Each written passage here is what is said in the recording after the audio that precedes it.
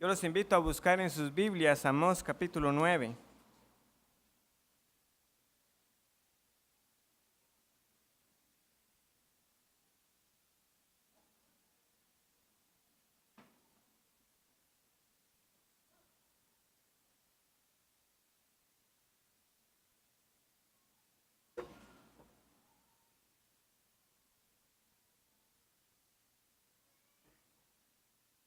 Leo para ustedes Amós 9, de los versículos del 11 al 15. Estamos finalizando entonces no solamente la lectura del libro de Amós, sino la serie como tal de predicaciones que hemos tenido en este libro. Dice así la palabra del Señor, Amós 9, del 11 al 15.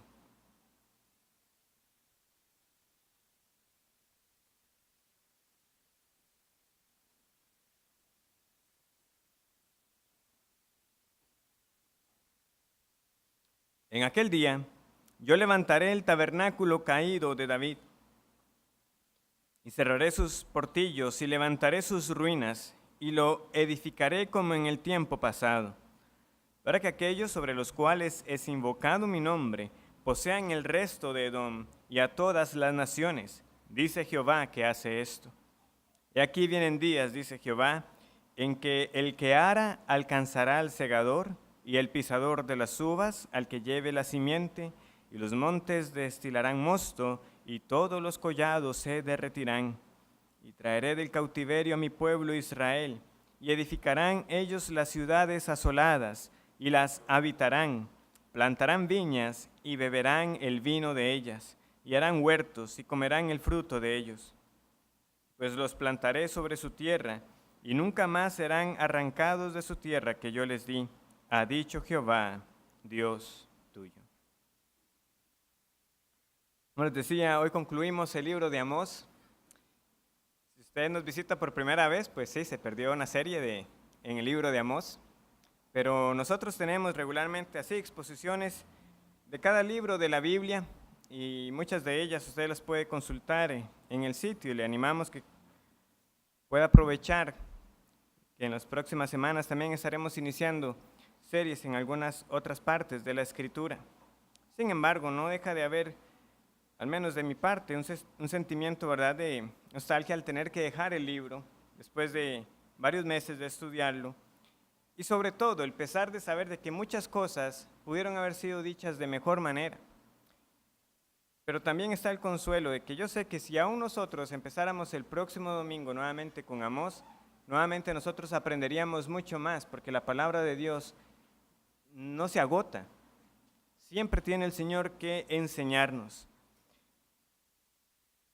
Y hablando precisamente de esas cosas que pudieron haber sido dichas de mejor manera, de errores que luego uno entiende, esto pudo haber sido un mejor punto. Hubo un detalle, no relacionado al texto, pero que sí, un hermano me señaló que en el momento del sermón yo dije que las fosas de las Marianas tenían 11.000 kilómetros de profundidad, cuando lo correcto eran 11 kilómetros. Realmente lo que yo quería decir era 11.000 metros u 11 kilómetros. Pero el punto, ¿verdad?, permanece de lo que estábamos viendo. Es el juicio de Dios ineludible. Nadie puede escapar del juicio de Dios. Por eso el pasaje primeramente nos decía que aunque la persona o uno intentara ir hasta el Seol o hasta los cielos, hasta lo más fondo del mar, no hay forma. De todas partes el Señor dijo, yo lo voy a traer y será juzgado. Pero como veíamos también, aunque el juicio de Dios es ineludible, nadie puede escapar de él, a la vez el pasaje nos decía que Dios tendría misericordia del remanente. Y esto obviamente viene a cambiar un poco quizás ese tono, ¿verdad?, al que estábamos acostumbrados de sentencia tras sentencia. Digo, quizás la impresión, porque realmente a lo largo también del libro de Amós hemos visto muchas porciones de esperanza y de misericordia. Vimos cómo, por ejemplo, Amós intercedió ante el Señor cuando el Señor le mostró visiones de destrucción y el Señor dijo, no será ahora. Y más tarde también el Señor les decía que lo buscaran a Él para que vivieran. Pero ¿por qué el mensaje predominante fue de juicio? Porque esto era lo que el pueblo tenía que escuchar. Y tenemos que ver nosotros que mensaje tras mensaje, anuncio tras anuncio del profeta de Dios, era como si este pueblo no entendiera. Y de hecho al final sabemos que no entendió.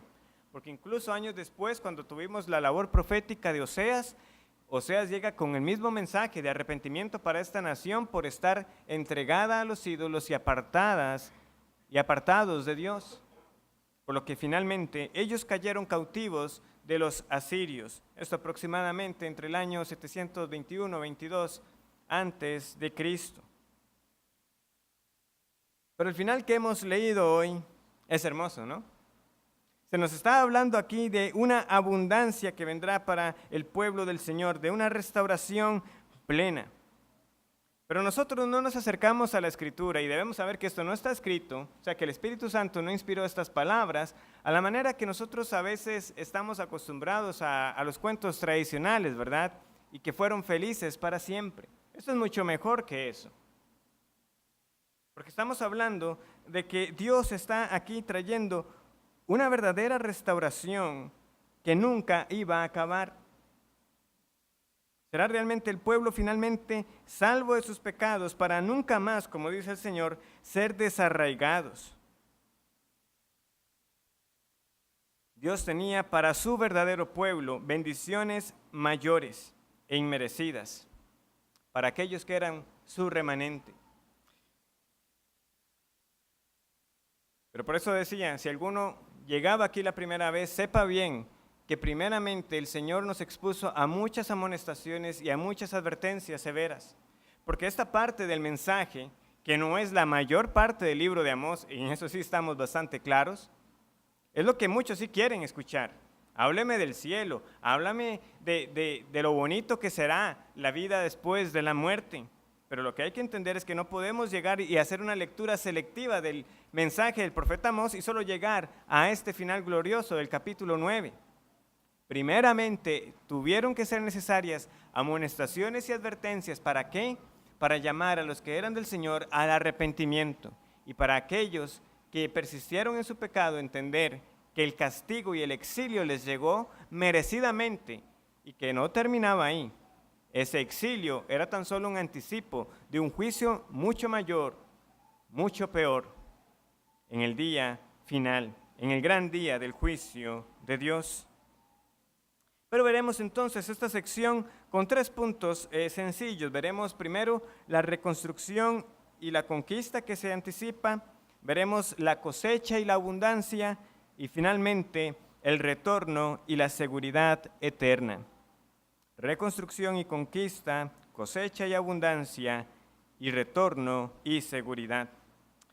Veamos entonces en primer lugar esta reconstrucción o esta restauración que anuncia el Señor, empezando en el versículo 11. En aquel día yo levantaré el tabernáculo caído de David y cerraré sus portillos y levantaré sus ruinas y lo edificaré como en el tiempo pasado. Esta porción es tan sorprendente, empezando por el mismo hecho de que se nos menciona a David, ¿verdad? Porque sabemos que Amós predicó mayormente al reino del norte, ahí fue donde estuvo su misión, pero digo mayormente no porque físicamente Amós no estuviera en el norte, porque fue donde él estuvo anunciando, sino porque sabemos que tuvo mensajes también para otras naciones, lo cual incluyó también a Judá. Pero que mencione la línea davídica sí podía ser algo sorpresivo. ¿Por qué? Porque el norte no era gobernado por un rey según el linaje de David. Y sin embargo está diciendo que en aquel día yo levantaré el tabernáculo caído de David. Nuevamente repaso brevemente. Israel era un solo reino, pero después de Roboán, el hijo de Salomón, se dividió. 10 tribus se conocen como el reino del norte y 2 tribus se conocen como el reino del sur o de Judá. Y en el caso del sur, ellos sí estuvieron bajo reinados de descendientes de David, pero en el caso del norte no. Y de hecho no tuvieron dinastías muy largas, todas fueron bastante cortas, algunas apenas de 4 o 5 generaciones las que más. ¿Por qué? Porque lo que acontecía era mucha conspiración, mucha traición. Las personas llegaban al poder a través de de usar la fuerza y la violencia, muchas veces. Entonces, ¿por qué menciona el profeta a David?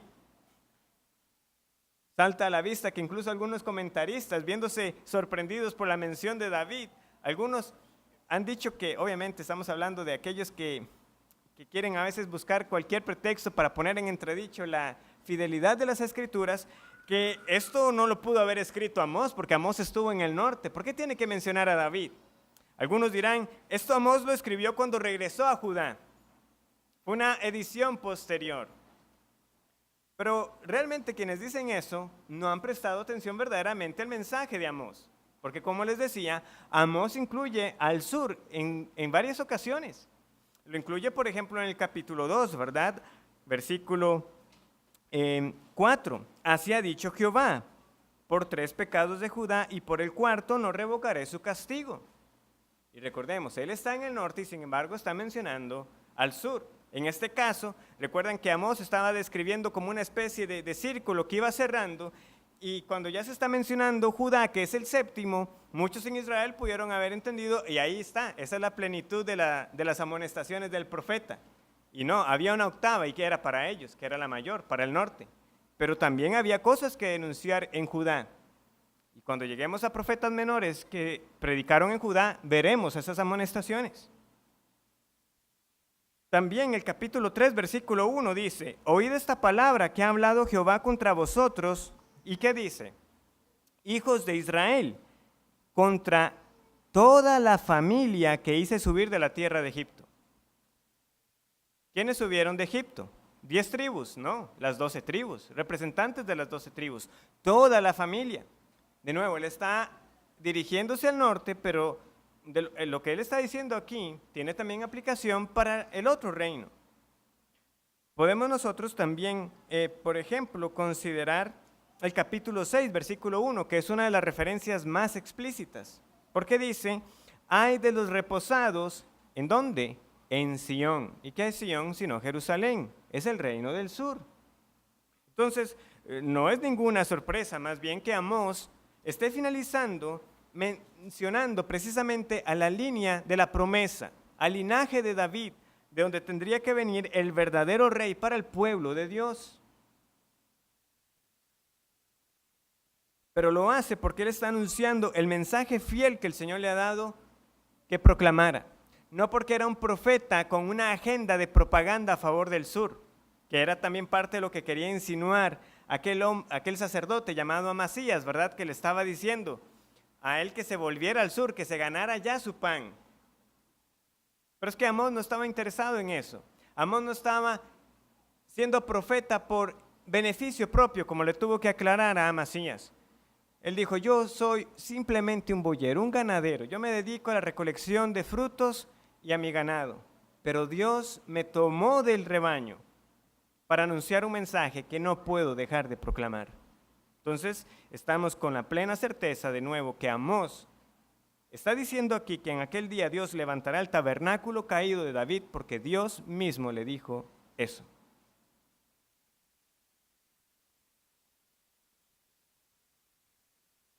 Y para que nosotros estemos completamente seguros de que eso es así, años más adelante, cuando ya fue el turno de Oseas, vamos a encontrar un mensaje similar que tiene referencias al sur. Y Oseas, recordemos, para aquellos que estuvieron en la serie previa, que Oseas fue un profeta nativo del norte. Y vean lo que dice Oseas. Vamos unas páginas atrás en nuestras Biblias y vamos a Oseas, capítulo 1.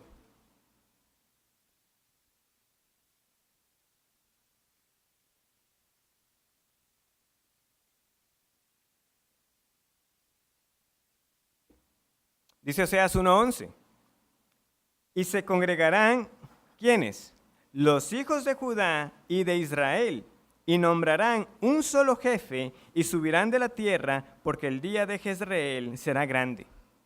Si tenemos dudas de quién es este jefe, podemos ir al capítulo 3, versículo 5. Oseas 3:5. Después volverán los hijos de Israel y buscarán a Jehová su Dios, ¿y a quién? Y a David su rey, y temerán a Jehová y a su bondad en el fin de los días.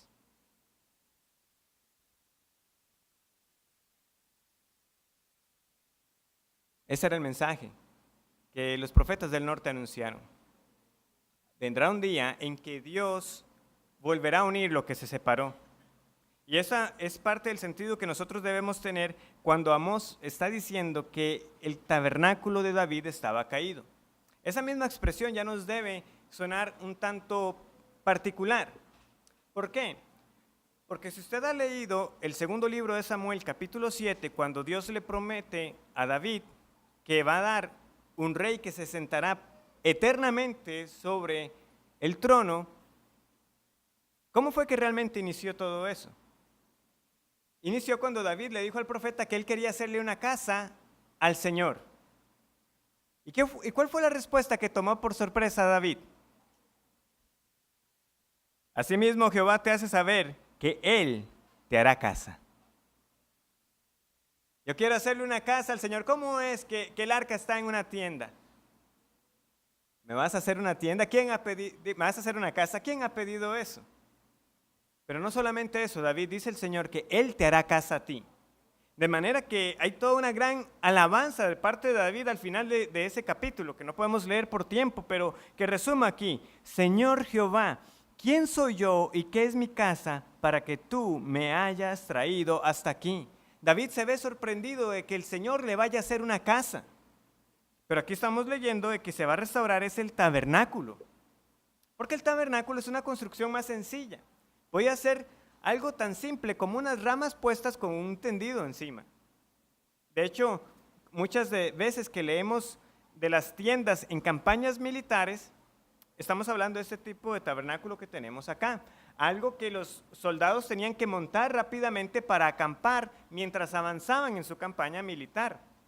O tan sencillo como, ¿saben qué? Como la enramada, que es la palabra que utiliza Reina Valera, que usó Jonás para protegerse del sol. Entonces, pueden imaginarse el tipo de tienda que se está hablando aquí. Algo muy sencillo, rústico. Voy a restaurar el tabernáculo caído de David.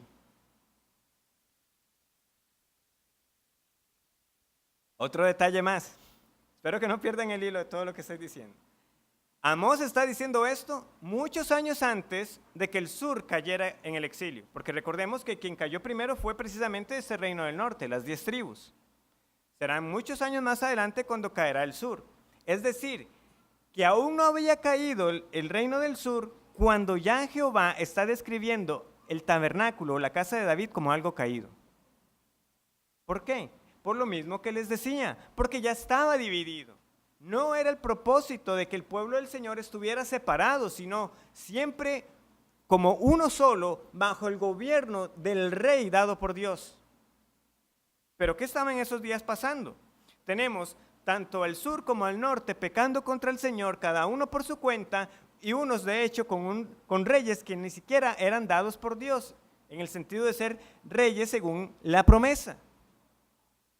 El Señor dice, el tabernáculo está caído, está en ruinas, y lo iba a estar mucho más años más adelante, cuando también el sur cayera en el exilio.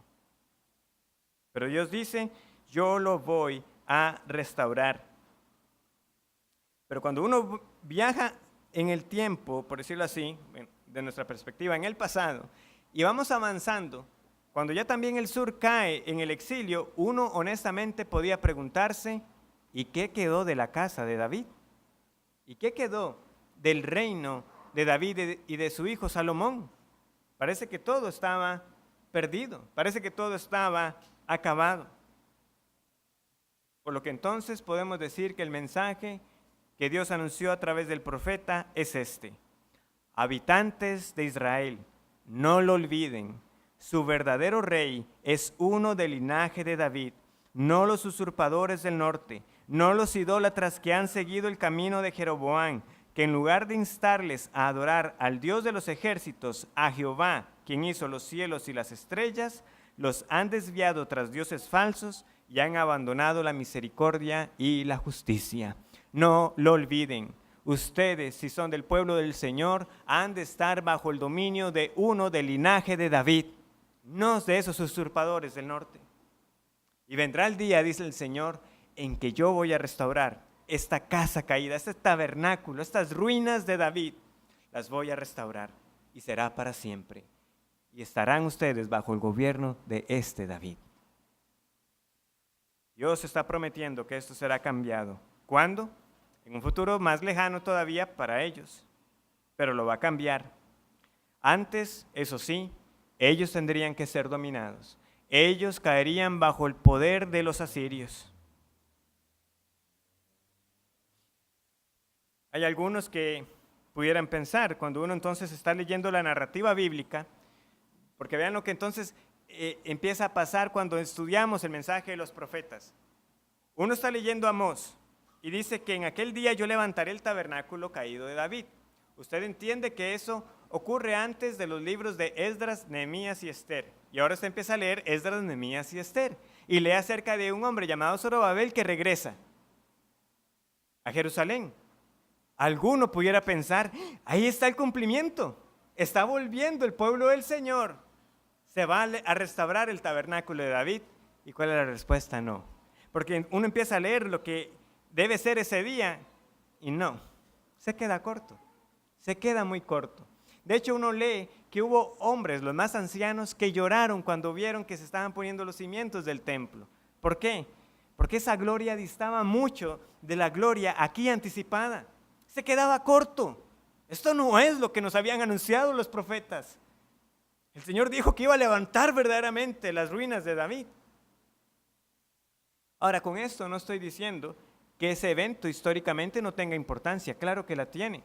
Porque al regresar Zorobabel con este grupo de personas y al preservarse una población de lo que fue el reino del sur, ¿qué está haciendo el Señor? Sigue preservando a aquellos de donde vendría nuestro Señor Jesucristo. Estaba guardando la línea davídica todavía. Eso no lo olvidemos. Lo que quiero decir es que ese no fue el cumplimiento. Ese retorno no lo era. ¿Por qué? Vean, las razones sobran. Como les estoy diciendo, por supuesto, ellos vieron que el templo distaba mucho de lo que fue esa gloria pasada bajo los días de Salomón y los reyes de Judá. Además, aquí se nos está diciendo que el pueblo va a ser reunido. ¿Y quiénes fueron los que regresaron? Solamente de los del reino de Judá, Israel. Eso es parte del cumplimiento e Israel no está. Estarán juntos, ¿verdad? Leíamos en Oseas, bajo un solo jefe. Y eso no estaba pasando. Y además nos dice aquí, cuando empezamos a leer el versículo 12, de que ellos van a poseer el resto de las naciones. Muchísimo más todavía para saber de que no se estaba cumpliendo. Porque era un pequeño grupo que más bien tuvo que soportar los ataques de los enemigos que querían impedir que ellos avanzaran con sus obras de reconstrucción. Ellos todavía estaban bajo el dominio de los persas. No, entonces ese regreso de esos cautivos no es lo que aquí Amós está anunciando. Dice el versículo 12, para que aquellos sobre los cuales es invocado mi nombre posean el resto de Edom y a todas las naciones, dice Jehová, que hace esto. Entonces dice el versículo, aquellos sobre los cuales es invocado mi nombre. Poseerán Edom y el resto de las naciones. Cuando leemos Edom, debemos, por un lado, pensar en quién, en Esaú, porque ese fue también el otro nombre que tuvo el hermano de Jacob. ¿Hubo rivalidad entre Edom o Esaú y Jacob? Sí que la hubo. Desde el vientre la tuvieron. Nosotros leemos en las Escrituras los engaños de Jacob para arrebatar la primogenitura. Obviamente todo eso al final Dios utilizándolo para sus propósitos, pero hubo rivalidad entre ellos. Y después, cuando las Escrituras nos dicen que Esaú también es conocido como Edom y nos describe cómo llegó a surgir esa nación de este hombre, años más adelante, cuando Israel sale de Egipto, también se nos dice que ellos le piden permiso a Edom para cruzar por sus caminos. ¿Cuál fue la respuesta? No, usted no pasa por mi tierra. Y se armaron para impedir que pasaran. No se llevaban bien. Eso usted lo puede leer en Números 20, 14, 21. Eventualmente, Edom llegó a estar bajo el dominio de Israel, particularmente del reino del sur. De hecho, en el segundo libro de Reyes, capítulo 8, versículo 20. Si quieren lo buscan, yo puedo leer para ustedes. Es segundo de Reyes 8:20. Ahí leemos que durante el reinado de Joram de Judá, Edom se libertó de ese dominio. En el tiempo de él, se rebeló Edom contra el dominio de Judá y pusieron rey sobre ellos. ¿Ven lo que están pasando? Judá tenía dominio sobre Edom. Ellos se libertan y ahora dicen ellos, tenemos nuestro propio rey. Pero la promesa de Amós es, un día Edom también volverá a ser poseído. Un día Edom volverá a ser poseído. Pero no solamente Edom, sino que dice, el resto de Edom y a todas las naciones. Por lo que nuestro interés no debe estar tanto en Edom, aunque ciertamente hay una gran historia, ¿verdad?, entre estas dos naciones como hermanas que fueron. El punto es todas las naciones. Y esto se nos va a confirmar cuando veamos una cita en el Nuevo Testamento. Todas las naciones, ese es el énfasis. También, claramente, para que esta posesión se llevara a cabo, tiene que haber una victoria militar. Pero el énfasis no está en esa victoria militar, aunque ciertamente es necesaria para la conquista, sino de nuevo el hecho de que todas las naciones son poseídas. ¿Para qué? Para estar bajo el gobierno, bajo la sumisión de uno del linaje de David. Y este dominio es prefigurado en muchas partes de la Escritura, en la ley y en otros profetas. No es algo exclusivo de Amós. Por ejemplo, Deuteronomio 15:6 dice lo siguiente. Deuteronomio 15:6, yo leo para ustedes. Ya que Jehová tu Dios te habrá bendecido, como te ha dicho, prestarás entonces a muchas naciones, mas tú no tomarás prestado. Tendrás dominio sobre muchas naciones, pero sobre ti no tendrán dominio. Algo similar pueden anotar, se lee en Deuteronomio 28:12. El Señor les había dicho, en su bendición ustedes tendrán dominio sobre las naciones. Por supuesto, ellos perdieron esa bendición y al contrario, les vino el castigo, donde más bien fueron cautivos de las otras naciones. Pero Dios no había olvidado su palabra. Vendría el día en que esto sería una realidad. ¿Por qué? Porque Jehová es veraz. Jehová es fiel. Y así como Él fue fiel en traer el castigo para aquellos que desobedecieron, Él también es fiel y veraz para cumplir con las bendiciones prometidas, encargándose Él mismo de que así se cumpla. De que así se cumpla, como vamos a ver. En segundo lugar, después de esta reconstrucción que se anuncia del tabernáculo de David, tenemos también más detalle que nos describe las cosechas y la abundancia que vendrían en esos días. Dice el versículo 13, en esos días gloriosos. He aquí vienen días, dice Jehová, en que el que ara alcanzará al segador y el pisador de las uvas al que lleve la simiente. Y los montes destilarán mosto y todos los collados se derretirán. El versículo 14 también nos habla de que ellos plantarán viñas y beberán el vino de ellas y que harán huertos y comerán el fruto de ellos. Notemos el cambio. El versículo 11 dice, en aquel día. Y el 13, he aquí vienen días. Estos días en plural siguen a aquel gran día. Está aquel gran día y luego vienen días que no acabarán. Es un giro completo de lo que nosotros hemos estado leyendo en Amós. ¿Por qué? Porque más bien hemos estado estudiando cómo el Señor los castigó con hambre, con sequías, con hambrunas repetidas veces, ¿verdad?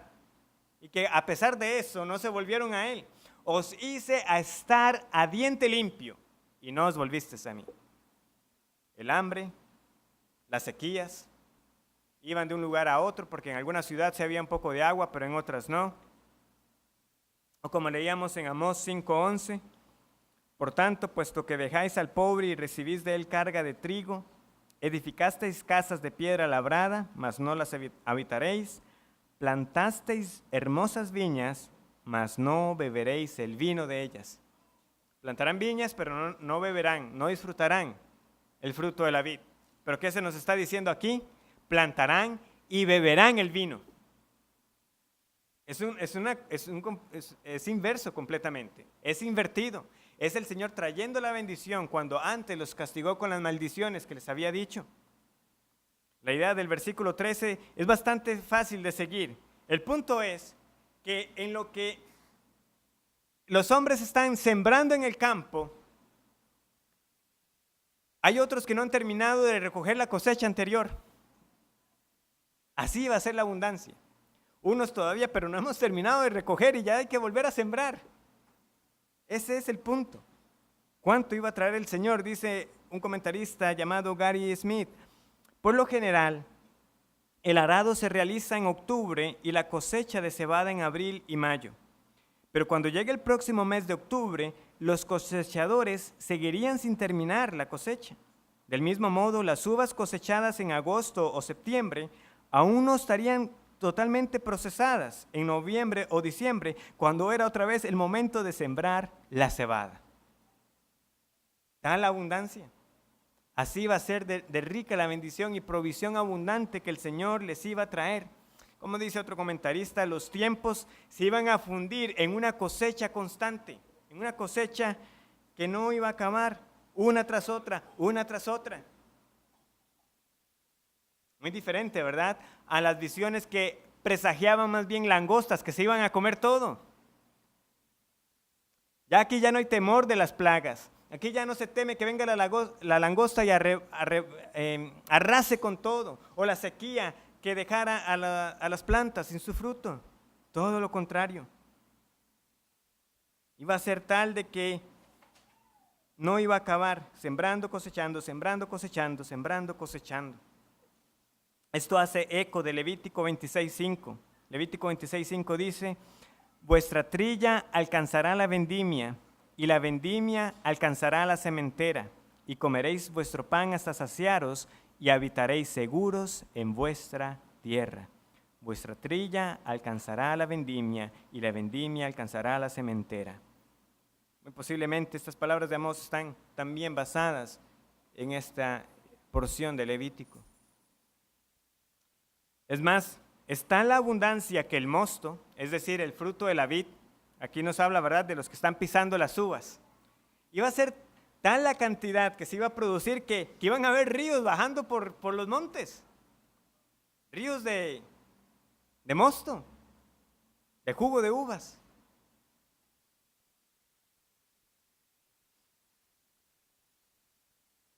¿Estamos hablando por su cuenta? No. Ya les cité Levítico. Hay otro pasaje, busquemos Deuteronomio 30, versículo 9.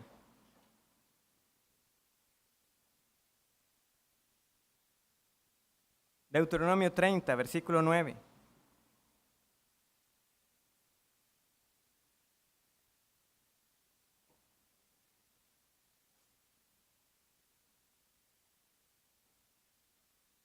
Y te hará Jehová tu Dios abundar en toda obra de tus manos, en el fruto de tu vientre, en el fruto de tu bestia y en el fruto de tu tierra, para bien, porque Jehová volverá a gozarse sobre ti para bien, de la manera que se gozó sobre tus padres. Y si volvemos a los profetas menores, el profeta Joel, capítulo 3, versículo 18 dice, Joel 3, 18, sucederá en aquel tiempo que los montes destilarán mosto y los collados fluirán leche, y por todos los arroyos de Judá correrán aguas, y saldrá una fuente de la casa de Jehová, y regará el valle de Sittim. Ahora, hay que ser claros que estas son figuras literarias. No creo que haya que tomar que literalmente va a haber, ¿verdad?, ríos de fruto de uva, de jugo de uva, de mosto. Pero sí para transmitirnos bien claro cuál iba a ser esa abundancia que el Señor iba a traer. Así de rica, así de próspera será esa nación gobernada por el rey David.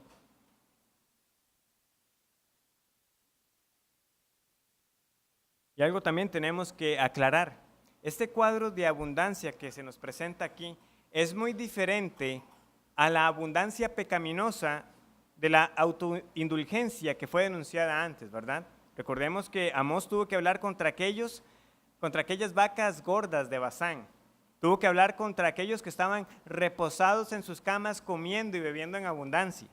Eso es diferente. Eso sí es pecaminoso. Aquí estamos teniendo es la rica prosperidad que el Señor va a traer para el tiempo final, para los suyos. Pero lo otro era simplemente una satisfacción de la carne pecaminosa, porque era para unos pocos, pero aquí es provisión del Señor para todo su pueblo. Y aquellos se engordaban cuando los otros estaban padeciendo hambre. Aquí es el Señor proveyendo y bendiciendo la labor de todo su pueblo. El mismo Señor que iba a traer esta prosperidad, Él también se iba a encargar de que los suyos la disfrutaran como tenía que ser. En tercer lugar, hemos visto entonces la reconstrucción y conquista. El tabernáculo de David siendo reedificado y conquistando el resto de las naciones. Hemos visto las cosechas y la abundancia que el Señor va a traer. Y finalmente tenemos el retorno y la seguridad eterna. El retorno del cautiverio y la seguridad con la que habitarán los redimidos del Señor. Dice el versículo 14: y traeré del cautiverio a mi pueblo Israel, y edificarán ellos las ciudades asoladas, y las habitarán, plantarán viñas y beberán el vino de ellas, y harán huertos y comerán el fruto de ellos. Traeré del cautiverio a mi pueblo Israel. Nuevamente, el profeta está simplemente haciendo eco de lo que el Señor ya había anunciado tantas otras veces. Es por tiempo, yo simplemente estoy dando pasajes a modo de ilustración, pero ya también en Deuteronomio, en el capítulo 30, que ya hemos citado otros versos de este pasaje, también el Señor les estaba diciendo a ellos que aun cuando tus desterrados estuvieren en las partes más lejanas que hay debajo del cielo, de allí te recogerá Jehová tu Dios y de allá te tomará. Sí, como consecuencia del castigo, el pueblo iba a ser esparcido. Como castigo por el pecado, aún los del remanente también iban a ser exiliados en otras naciones. Pero el Señor dice, yo no me he olvidado de los míos. El Señor no olvida nunca a los suyos. No lo olvidemos. Si somos del Señor, Él no se olvida de los que son su pueblo. Y Él dice, yo los voy a traer aún de lo más lejano de la tierra. Notemos el contraste. La semana pasada estábamos viendo al Señor diciendo, no importa en qué parte de la tierra esté, yo lo voy a traer para juzgarlo. Pero a los suyos les está diciendo, no importa de dónde estén, yo los voy a traer de donde estén cautivos, para que vivan ahora sí en libertad bajo el gobierno de mi ungido.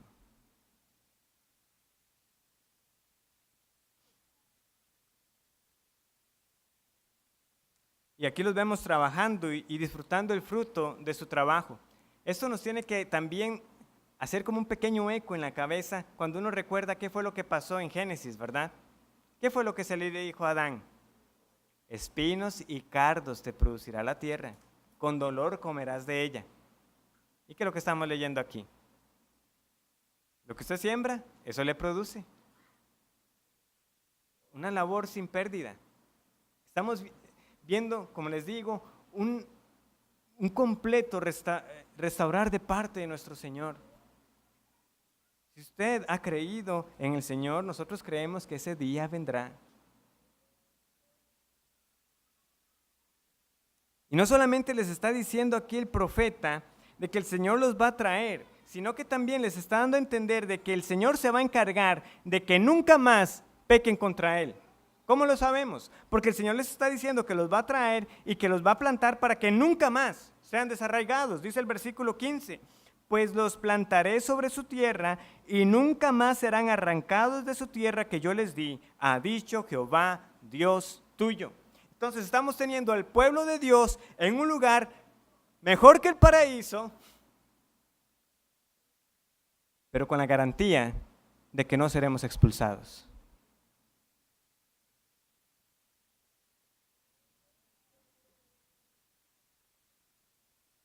Yo no estoy esperando aquí a alguien que esté saltando de alegría por lo que estoy diciendo. Pero eso debería llenar nuestro corazón de gozo. Saber de que el Señor un día nos va a llevar para estar en su presencia y seguros de que nunca nos rebelaremos contra Él para ser expulsados, como sí le pasó a Adán.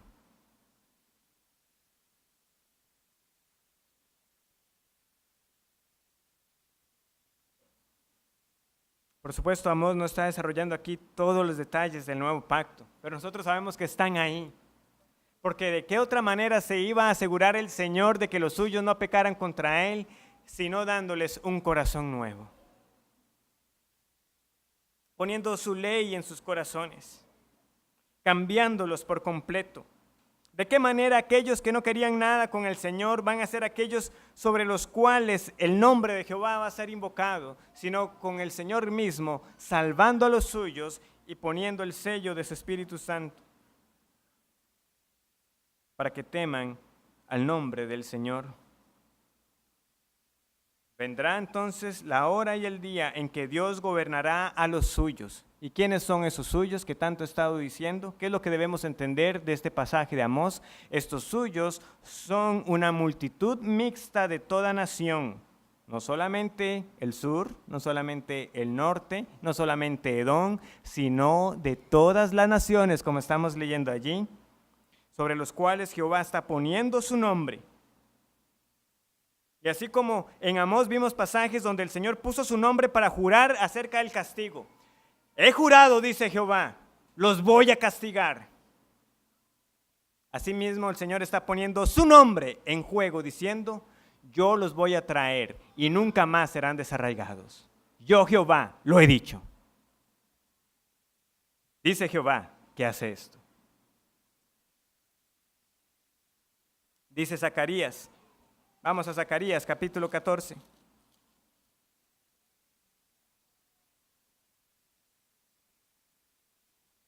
Zacarías 14, 9.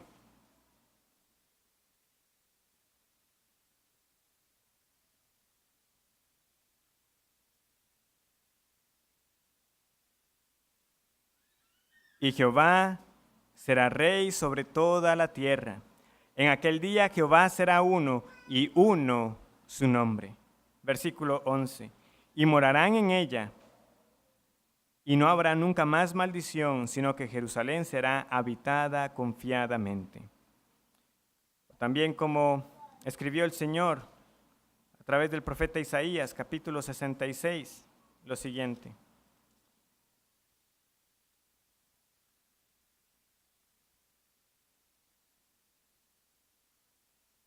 Dice Isaías 66, 22. Isaías 66, 22. Porque como los cielos nuevos y la nueva tierra que yo hago permanecerán delante de mí, dice Jehová, así permanecerá vuestra descendencia y vuestro nombre. Y de mes en mes, y de día de reposo en día de reposo, vendrán todos a adorar delante de mí, dijo Jehová.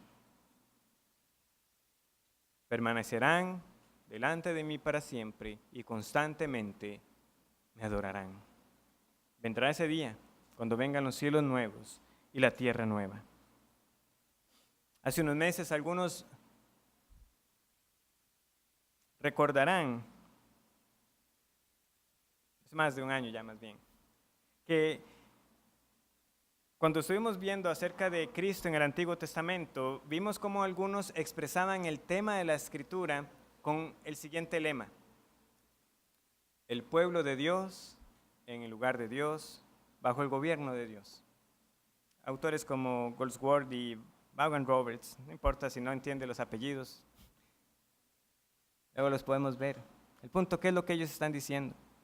Vemos a través de la Escritura Dios cumpliendo precisamente esta promesa. Y yo seré a ustedes por Dios, y ustedes me serán por pueblo, y yo habitaré en medio de ustedes para siempre. ¿Qué es lo que tenemos en Amós? Al pueblo de Dios, en el lugar de Dios, estos cielos nuevos y tierra nueva, siendo gobernados por Dios, el ungido de David, nuestro Señor Jesucristo, para siempre. Lo que Dios le dijo a Abraham, aquí se nos está diciendo cómo será su consumación. Porque de uno de Abraham, de la simiente de Abraham, de Jesús, todas las naciones son bendecidas. Morando en el lugar, en la tierra que Dios les da y siendo gobernadas por Cristo como su Rey. Hermanos y amigos, esto que tanto les he estado diciendo hoy, viendo todos estos pasajes que nos hablan de esta provisión, de esta eternidad gloriosa, no son frases motivacionales vacías. Estos no son los mensajitos que le mandan a usted diciéndole, nunca está tan oscuro como cuando va a amanecer. Eso no es eso, hermanos. No es eso. Esto es verdaderas promesas porque lo ha dicho el Señor. Vendrá el día glorioso. Ustedes estarán en mi presencia y nunca más estarán alejados de mí. Nunca serán desarraigados. Estarán para siempre en mi presencia con abundancia, con provisión, sin muerte, sin enfermedad, sin pecado, siendo gobernados por su Señor Jesucristo. El juicio vendrá en aquel gran día, no lo olvide. Será día de tinieblas para muchos, pero será también el día de nuestra salvación para los redimidos de Jehová. La esperanza cristiana es que esto será así. ¿Cómo aplicamos entonces este pasaje? Tengo dos consideraciones con las que quiero concluir. Lo primero es que veamos que aquí se nos están hablando tanto de bendiciones físicas como espirituales. Hay bendiciones espirituales y físicas aquí profetizadas. Y lo menciono porque cuando uno toma un tiempo para leer de lo que ha pasado en la historia de la iglesia, una de las doctrinas comunes que muchas herejías compartían era algo que algunos llaman el dualismo. El dualismo, es decir, muchos que decían lo material es malo, lo espiritual es bueno. Y eso tuvo consecuencias desastrosas. Por ejemplo, estuvieron aquellos que negaron que Jesucristo se encarnara. Eso se conoce como el docetismo. Cristo tenía una apariencia, parecía que tenía un cuerpo, pero en la cruz no hubo un cuerpo crucificado. Nosotros tenemos indicios de cuán temprano apareció esta falsa enseñanza cuando Juan tiene que escribir que habían algunos que estaban negando que Jesucristo había venido en carne. ¿Por qué venía eso? Porque algunos de nuevo entendían lo material es malo, pero el espíritu es bueno. Eso también estaba en muchas filosofías griegas y romanas. Algunos, precisamente, como el cuerpo era malo, entonces se dedicaban a azotarse y a castigarse severamente y a negarse muchas cosas, a vivir austeramente. Otros, al contrario, como decían, y total el cuerpo, como esto se va a perder y lo que se salva es el alma, se daban a todo tipo de desenfreno. ¿Quiénes eran esos? Bueno, aparecen también estos ascéticos y estos, pues se me está yendo el nombre en este momento, en Hechos 17, los estoicos. Ustedes pueden leer acerca de ellos ahí. También hubo otras herejías, por ejemplo, el gnosticismo o los marcionitas. Por ejemplo, Marción, entendiendo de nuevo esta separación entre lo material y lo espiritual, llegó a cometer también cosas terribles, de tal manera que la iglesia tuvo que responder a lo que él estaba haciendo, porque él llegó a cercenar las escrituras, llegó a desechar una gran parte de ellas porque no podía concebir de que Jesucristo de nuevo se encarnara. De hecho, para él solamente el Evangelio de Lucas era lo que contaba, y una parte de Lucas, no todo, fue lo que él editó. La iglesia respondió entonces diciendo no, esto nosotros reconocemos como las Sagradas Escrituras. Estoy resumiendo, el punto de lo que quiero decir es que si esa falsa enseñanza ha estado presente de tan atrás, que nosotros también hoy debemos cuidarnos de llegar a pensar o a actuar como dualistas, porque a veces reflejamos un poco de ello, cuando hablamos acerca de preferir lo espiritual. Y no quiero que se malentienda, nosotros aquí estamos hablando, sí, de que debemos buscar la santidad, Pero como les digo, cuando los pastores les estamos diciendo a nosotros que seamos espirituales, no les estamos diciendo que sean descuidados con sus cuerpos, que no tengan cuidado físico de sus familias, o que no puedan disfrutar de los bienes materiales que Dios les da. Pablo le escribe precisamente a Timoteo que Dios le ha dado a los ricos de este mundo cosas en abundancia para que las disfrutemos, Pero a la vez que le dice eso, porque es que somos dados a irnos a los extremos, ¿verdad? ¿Qué es luego lo que tiene que decirle? Pero que sean ricos en buenas obras y que atesoren para los cielos. ¿Por qué? Porque de nuevo nuestro corazón es dado a los ídolos y podemos poner nuestra esperanza en las riquezas. Nosotros, así como debemos orar y meditar en la palabra cada día, debemos recordar que estamos también llamados a hacer nuestro trabajo con excelencia y a ocuparme de mi prójimo también, por las necesidades físicas de mi prójimo. No olvidemos las severas palabras del libro de Amós. Yo no quiero que concluyamos el libro olvidando que hubo palabras muy fuertes para aquellos que pisotearon a los pobres, para aquellos que dejaron con hambre a los menos afortunados. ¿Y qué estaban haciendo ellos? Iban a cantar al Señor, llegaban con sus sacrificios, tenían la apariencia externa de piedad, pero con sus obras lo negaban.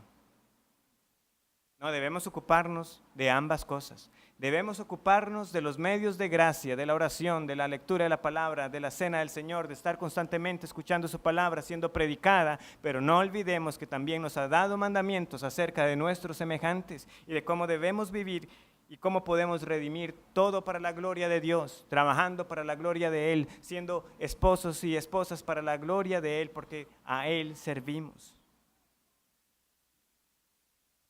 Sí, de nada vale ganar el mundo y perder el alma. Tampoco olvidemos eso. De nada vale cuidarse de los vicios de esta vida y gozar de buena salud para al final morir en sus pecados.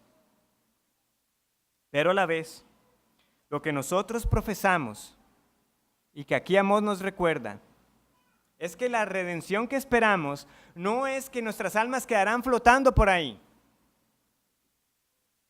El Señor Jesucristo venció la muerte y resucitó.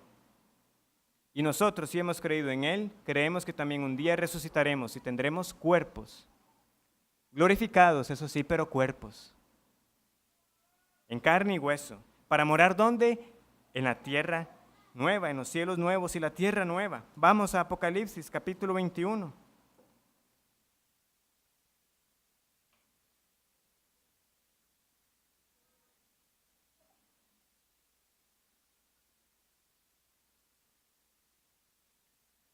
Dice Apocalipsis 21, a partir del versículo 1.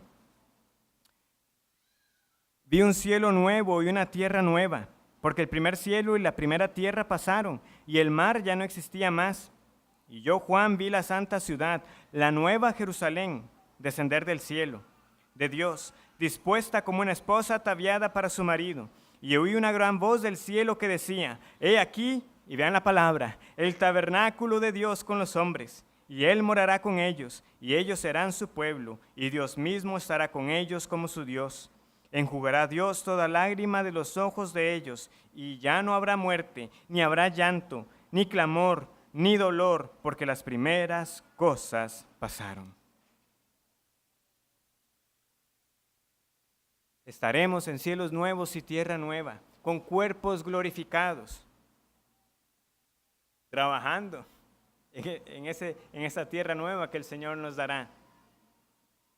Pero lo que quiero decirles es esto: no olvidemos ese elemento esencial de la fe que Pablo tuvo que escribirle a los Corintios en la primera carta, en el capítulo 15.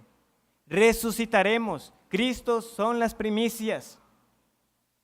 Y que nosotros, como Job, podemos decir que con nuestros ojos hemos de ver a nuestro Redentor. No un estado ahí etéreo, con los ojos. Un día el Señor me dará un cuerpo libre de toda enfermedad, un cuerpo glorificado para servirle, para la gloria de Él, para adorarle. En segundo lugar, Pastor, si Amós 9, 11 al 15 todavía no se ha cumplido, ¿cómo sabemos nosotros que será así? Sabemos que será así porque se está cumpliendo en parte ya. Pastor, ¿y cómo podemos saber eso? Vamos a Hechos capítulo 15. El libro de Amós, como suele pasar a veces con los profetas menores, son descuidados. Pero si hay una porción que algunos pueden conocer de Amós, es precisamente esta que hemos estudiado hoy, porque se cita en Hechos. Se cita en Hechos capítulo 15. Hechos 15, versículo 13, dice lo siguiente.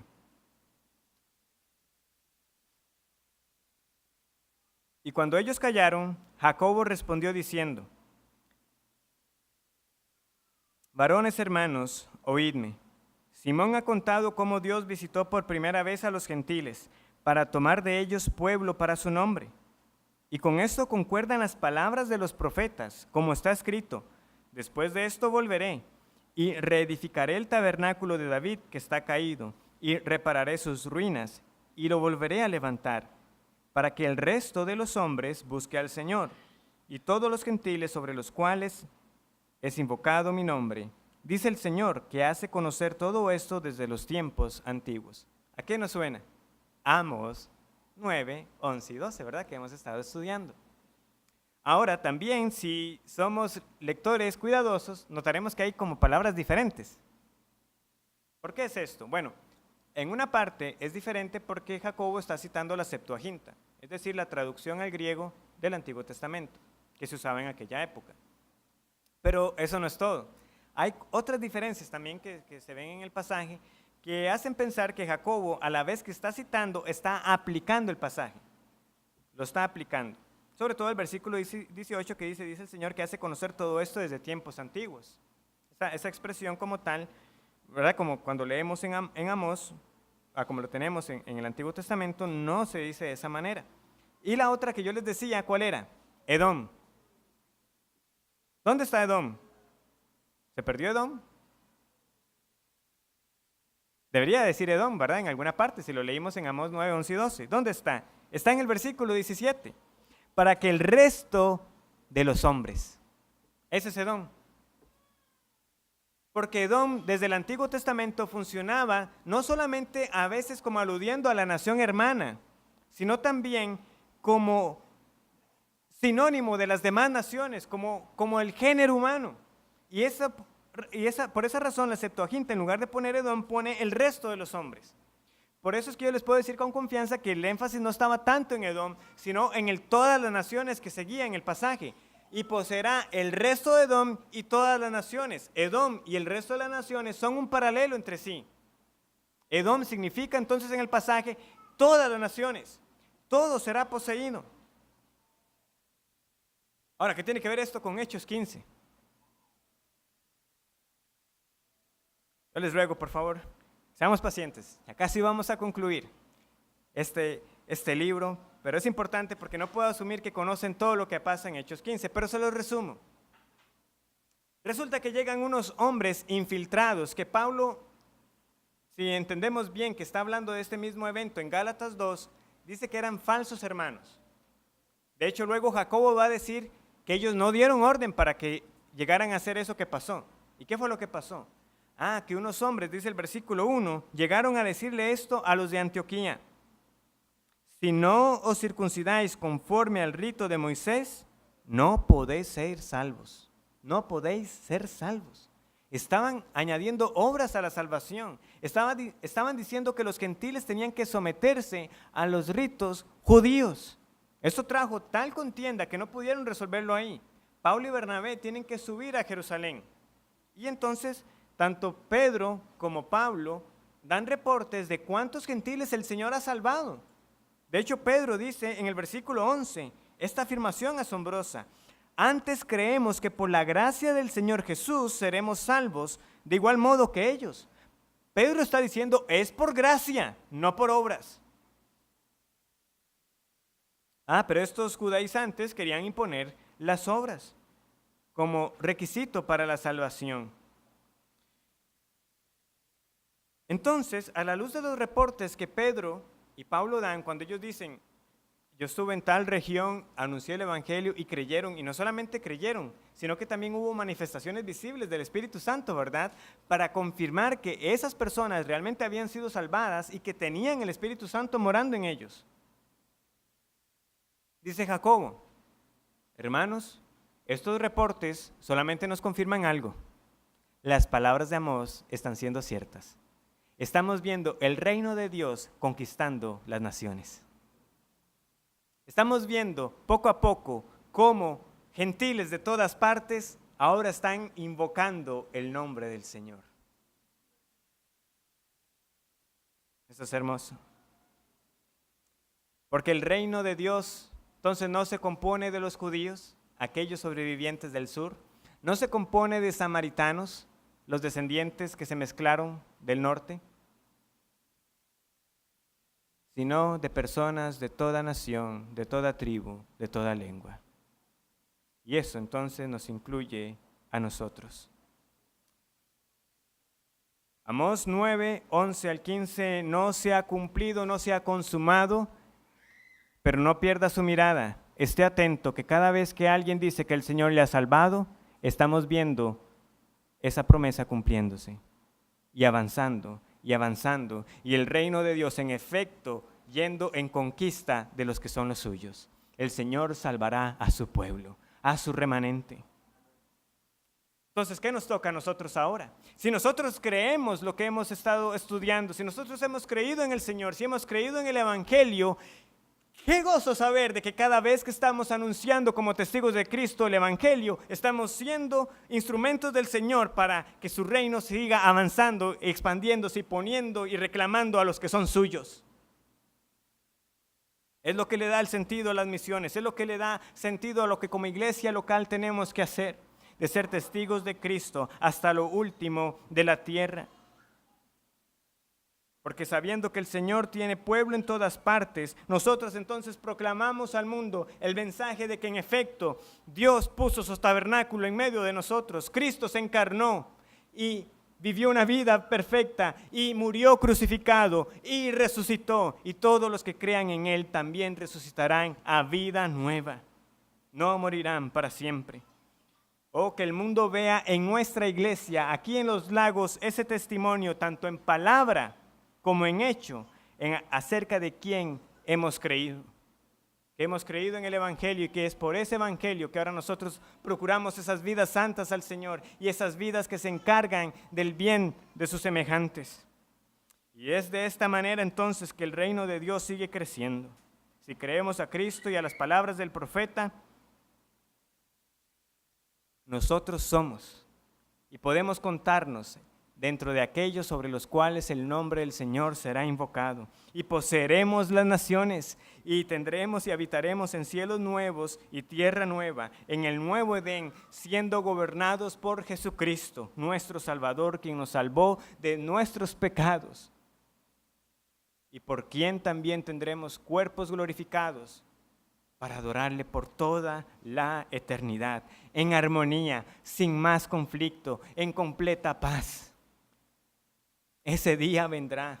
Habrá un día en que todo esto que nosotros vemos de este mundo, que ya no será más, sino que será perfecto, como siempre tuvo que ser para la gloria de Dios. ¿Anhela usted ese día? Si usted es cristiano, es un día que tiene que anhelar. ¿Por qué? Porque uno tendría que caer en el desánimo cuando uno ve su propio pecado y la condición en la que está el mundo por causa del pecado. Yo pido perdón a Dios por perder mi mirada tantas veces de esa realidad gloriosa que se nos dice, para haberme seducido por las cosas temporales de este mundo. Arrepiéntase hoy y gozará de una eternidad cuya gloria no tendrá fin. Una gloria que apenas podemos describir con palabras. ¿Y quién dice eso? Yo no lo digo, lo dice el Señor, que hace todo esto y lo hace conocer desde tiempos antiguos. Crea en el Señor y será salvo, porque es el único camino que Dios ha provisto para tener parte en ese reino glorioso y todos aquellos que no se arrepientan, entonces recibirán el justo castigo por sus pecados. Vamos a orar. Gracias, Señor, te damos por tu palabra, por habernos permitido estudiar por varias semanas el contenido de este libro. Oh Señor, que tomemos a conciencia las amonestaciones, pero también que nuestra esperanza sea afirmada en estas bellas promesas, que son sí y amén en Cristo Jesús.